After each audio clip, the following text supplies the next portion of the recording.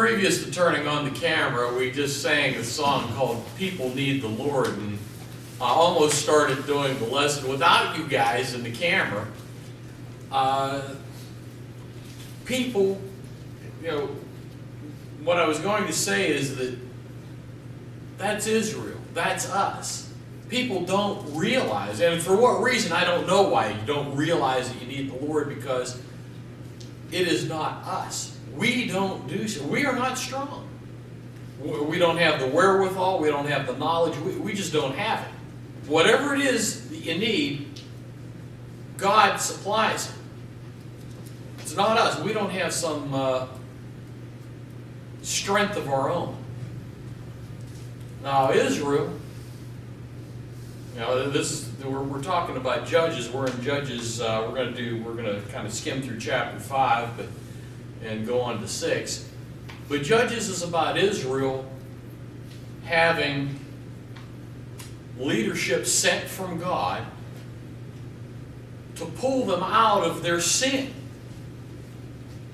to hold them, to take the nation to task for their idolatry, for their bad ways. And what would happen is Israel would have a leader, a godly leader, a leader sent and anointed or assigned by God, and they would listen.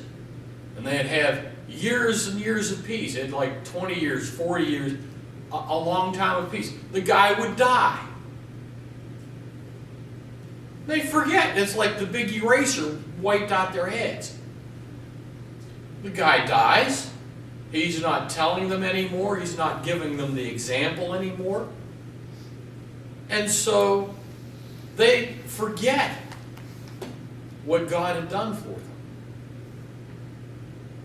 Now, what does that have to do with us right now? I mean, these are great stories, and they're true stories, and they're historically accurate stories, and they're God's Word, and they're old. They're real old. What bearing does that have on you and me today? What does that have to do with our community, our country, or our world? What's the correlation? Well, I go by what the Bible says, that all these things in the Old Testament are written there for examples for us. That we as a nation could go the same way. And in fact, we're going. Yeah, it's well, you could. It's not we could. We're there. We're there. Right. We're always moving. There's no, you're either moving forward or you're moving backwards. Like you said, the people of Israel were, once the judge was there and leading them, they were moving toward God. Once the judge died, they were moving away from God. I mean, there's always movement in the Christian life. Either we're going toward God, or we don't just stop. There's always movement. So which way are you moving? Now, in Judges, we just got Barak overthrew the king, and because Deborah the prophetess, who was the judge of Israel at that time, came, told him, you're the one. You're the one. Go and defeat them. And we talked about that at length, and all the stuff that happened. And chapter 5 is basically singing the praises of what happened.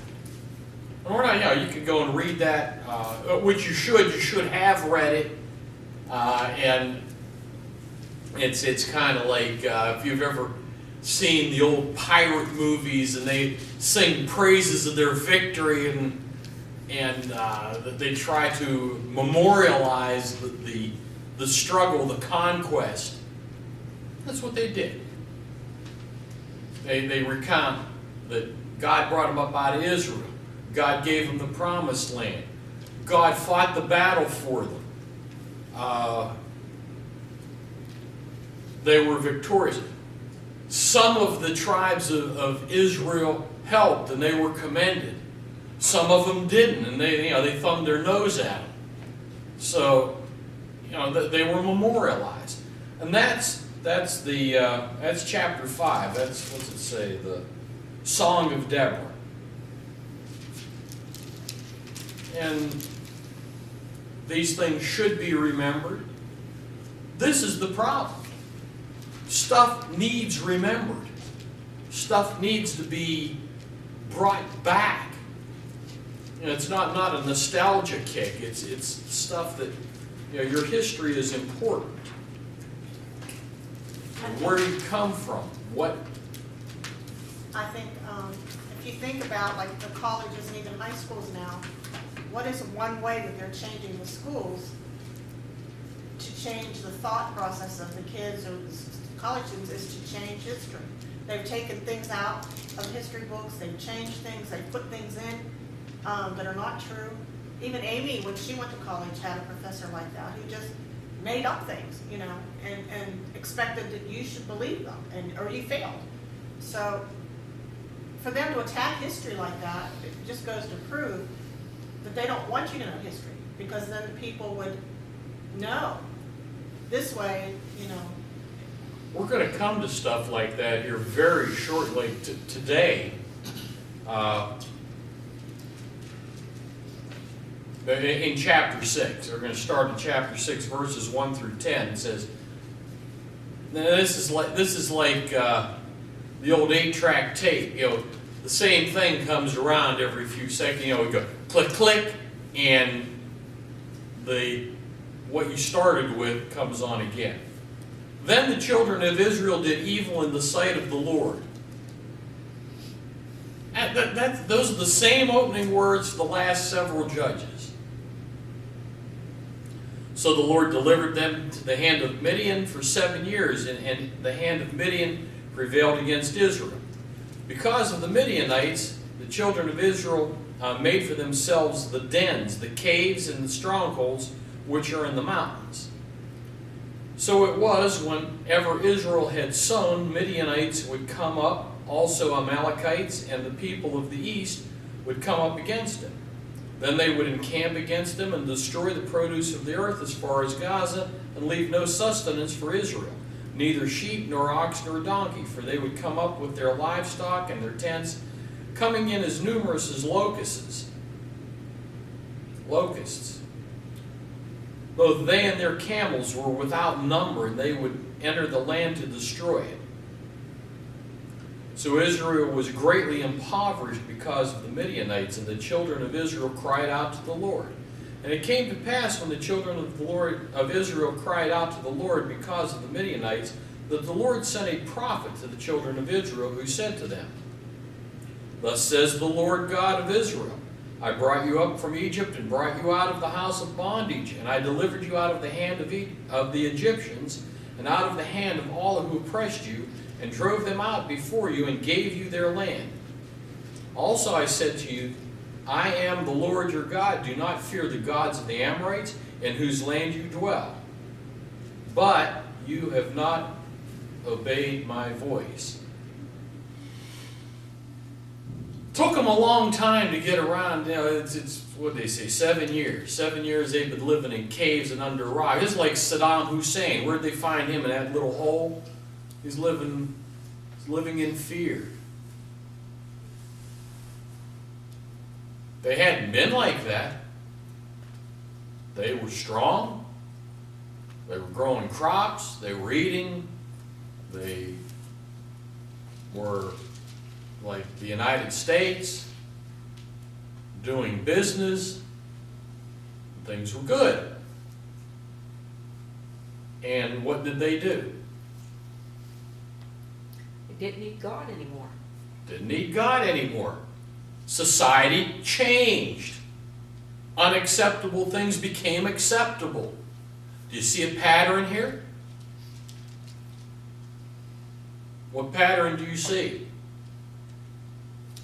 It's the same way here in our country. It's the same way here. This is what I was saying. You know, it's, if you don't know, I guess there's a difference between not knowing and not caring.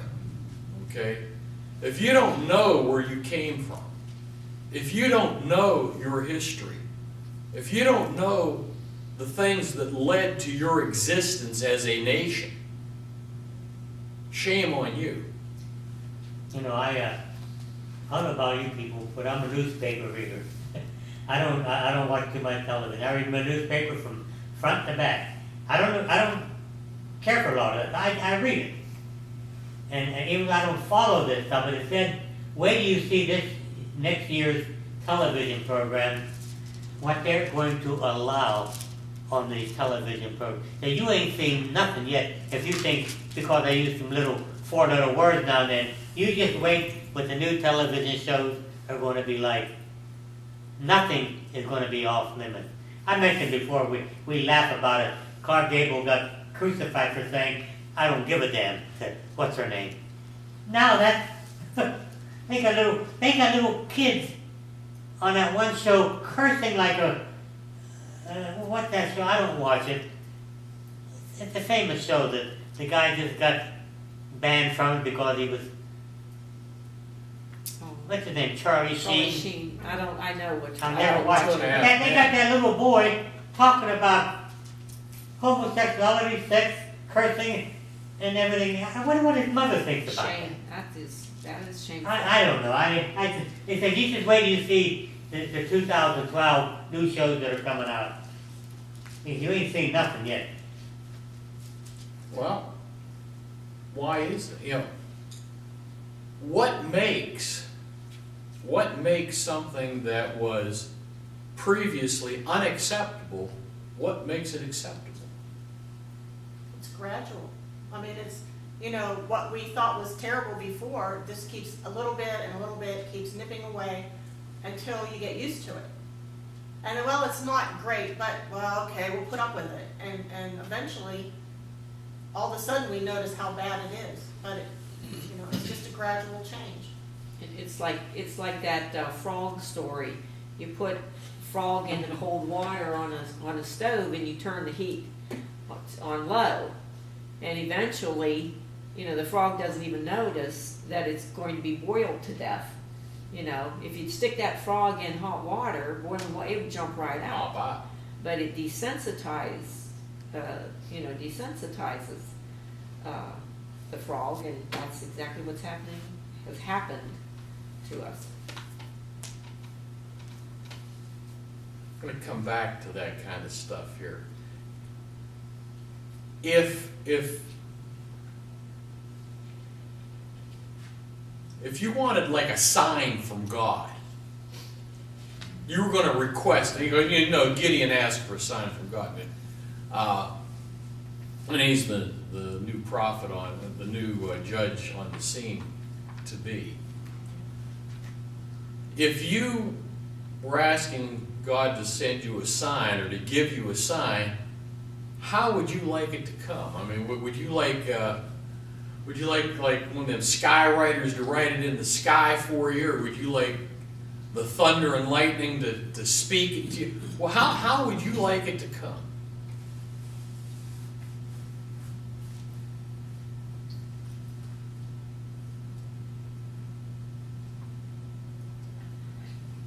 How would you like?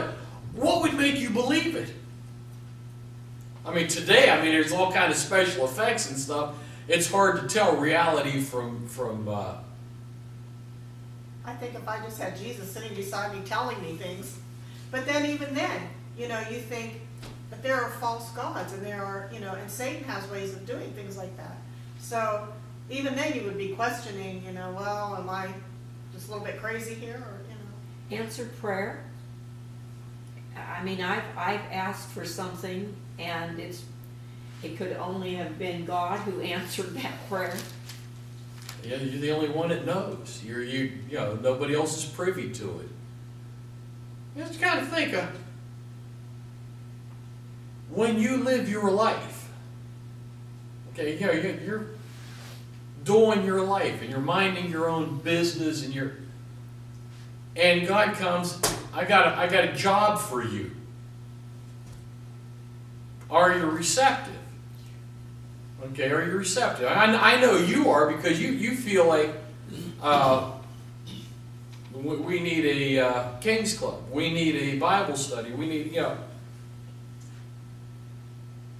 and others of you, God you communicate with God, and God, it's a two-way communication. Are you ready for whatever it is? Are you willing to do whatever it is? Are you afraid of whatever it is? Well, yeah, yes to all these things.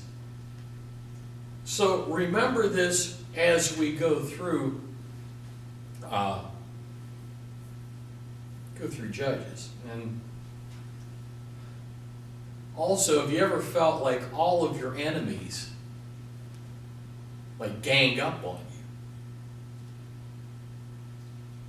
I have a supervisor who is in, I don't know if he's got something wrong with him. He can't. This is the guy that we prayed for. He thought he had cancer in his lymph, and he talks like this now. It's all inflamed, and he's nothing but a blue streak all day long. As long as he can talk, then he loses his voice and can't say anything anymore. And nobody says anything. It's like, well, he's a supervisor. He's, well, something, we're working, I work with him in an enclosed area sometimes. And so I thought, this can't hurt. I'll take my shot. I'll take my shot. Now, don't think, no miracle happened. There wasn't some big thing. But I think that's all God asks you to do, is take the opportunity. You watch a football game and you hear the commentator and says, he had a guy open, but he threw it. He took the shot. He did the best do the best you can. And don't forget. Don't wait. Now Israel, their judge, their leader died, and they fell off the wagon. And when they fell off the wagon, they fell back into idolatry, and they got taken into bondage. Why did that happen? Why were they stuck in bondage? Why were they enslaved to, or why were they hiding out in caves, and then the other people are coming eating up all their food and leaving them starving to death? How come? They weren't obedient to the Lord. They weren't following Him. The first verse says they did evil in the sight of the Lord. They did evil in the sight of the Lord. So, was God punishing them? Sure. Well, To what end? to bring them back to Him. I guess it's discipline. He was disciplining them. Discipline. It's not like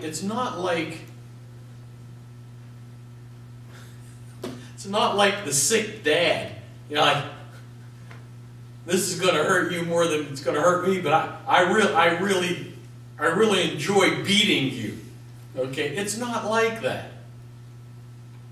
I'm beating up on you to get your attention. Why do we have to get beat up? Yeah. Do you have God's attention right now? Yes or no? Do you or don't you? Yeah. Sure. You always have God's ear. You always have His attention. Speak. My son, what do you want? I give you whatever you need. Maybe not whatever you want, whatever. I want all kinds of stuff that I'd probably be way worse off with if I had them. I hope that's the case, because I don't have them and I want them. So I hope it's because I shouldn't have them. Okay? And God is doing me a favor by withholding some of my desires. But He gives me what I need. And I'm happy. I am. That doesn't mean that I still don't want stuff. Why do we wait until we're in some horrible situation before we ask God's help? I think that's our sinful nature. I mean, we think we can do it, we can handle it.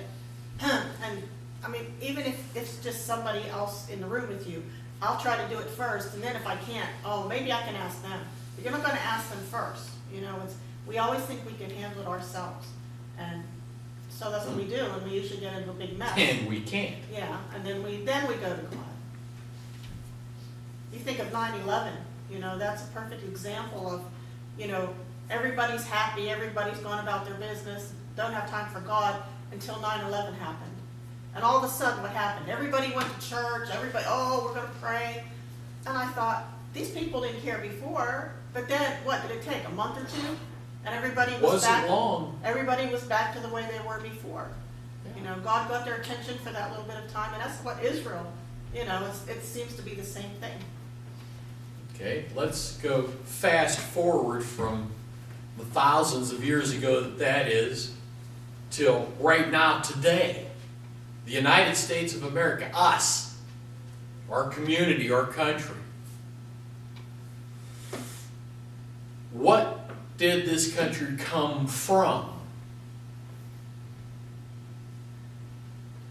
Godly principles. I mean, the people that came here usually came here for freedom of religion or freedom from whoever was beating up on them. And, everything was founded. Even all of our states, every constitution has that they are trusting in God. And that's how it started. It was Christian faith. It was not some other faith. Well, I'm sorry, that's who came. They were Christians of various various denominations or various brands of Christianity, but it was Christianity. We're faith based on God's principles. Okay, the God of Israel, Jehovah God. Same God we're talking about here. Not some other God, not some pagan God, and you have to understand that people who believe in other gods believe that their God is God. Okay? But that does not mean that you have to subscribe to it. So little by little, we're like the frog in the cold water. Now the water's getting kind of hot.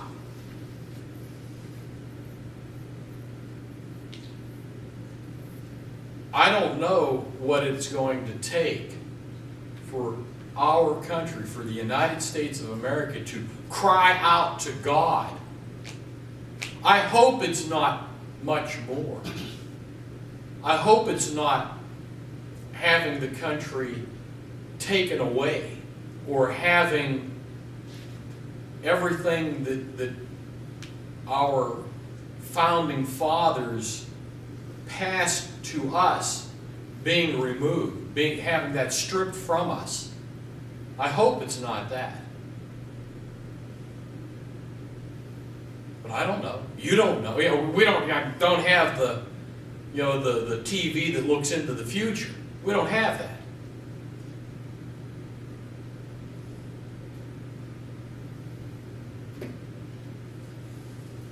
It would serve us. It serves all generations, every generation. It would serve you well to remember where you came from and to uphold those principles and to fight in whatever way is, I don't want to say allowable. I'd say, we're not all supposed to be assassins or anything like that, but we have recourse in this country. We have voting. We have such as it is. And we are, in my opinion, we are the greatest country in the world has ever known. No matter the Roman Empire, Greek Empire, we are. And anytime anytime I see something about what we would call the end of the world, or when things are going to end, and we had a whole series about that. And why isn't the United States mentioned in any? You know why everybody agrees? We're not going to be here. That could well be. I'm just adding that on to what you're talking about. That could well be, but that's does Because not. we were founded on Christian principles, we become a great nation because of our faith in God. God blessed us as a nation, and then He's going to take away that blessing. And when that time comes, when the Battle of Armageddon, whatever you want to call it, when that comes, we're not going to be here. That's why, who was that? We studied that series, Lindsay? Was that his name? How, Lindsay? I don't remember. Well, he had a series on the second coming of Christ and all that. And his eyes, and then other ones I read about, the only thing they can figure it out is why we're not mentioned is we're not going to be here.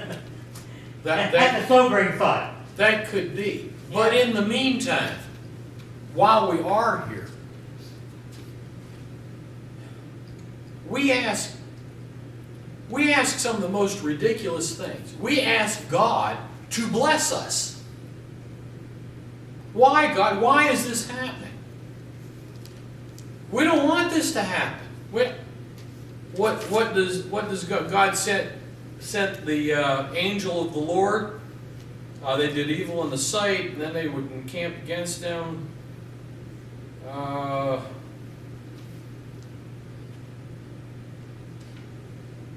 Verse 10, chapter 6, verse 10. Also I said to you, I am the Lord your God. Do not fear the gods of the Amorites in whose land you dwell. But you have not obeyed my voice. You have no reason to ask for blessing. There's nothing to bless. There's nothing to bless. We want people to come here. We want people to hear the Word of God. We want revival in our country, but we don't do what it takes as a nation. We allow things that dishonor God to go unchallenged. We need to be the challengers. We need to be the ones that say, oh, what the heck was... It was some panel discussion. And... oh, I know what it was. It was... there was one person said that was asking, said, is unemployment higher now than when the president took office? Or he said that it was higher now, and that he had said that it was supposed to be such and such a thing. And this other one said, that's not a real lie. That's not true. I just ran this torrent of garbage. The figures that were given originally were correct, but during the discussion, they got overrun. They got overrun with lies. Nobody checked the lie. Nobody stopped the torrent. It just kept backing up, backing up, backing up. If you play football and you're an offensive lineman and you back up because the defense guy's running over you, he's going to run over you and he's going to get your quarterback. You're going to lose. So you've got to buck up. You've got to be sure of your facts. You have to know your history, know where you came from, consult with God, pray to God, be connected with God, and don't forget what God has done. As Israel has done over and over again, as we continue to do today. And we didn't get anywhere near as far as we were supposed to, but stay tuned next week and we'll get to it. Thank you.